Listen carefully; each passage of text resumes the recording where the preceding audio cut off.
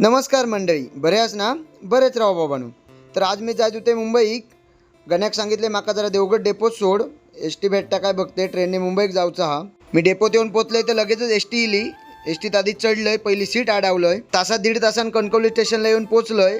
ड्रायव्हरान बरोबर त्या रेड्याच्या पुढ्यातच गाडी थांबवल्यानो. खाली उतारले तर समोरच रेडो अंग काढलंय ना.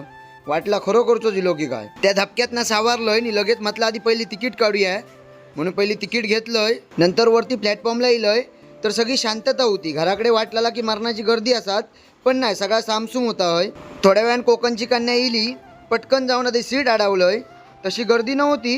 नंतर समोरच एक दादा बसलो, त्यांना स्वतःहून येऊन नावानिशी आवाज दिल्यान मनाक इतक्या भारी वाटला ना, काय सांगा तुमका. मग लग्ने काढीत काढीत एकदाच येऊन पोचलोय.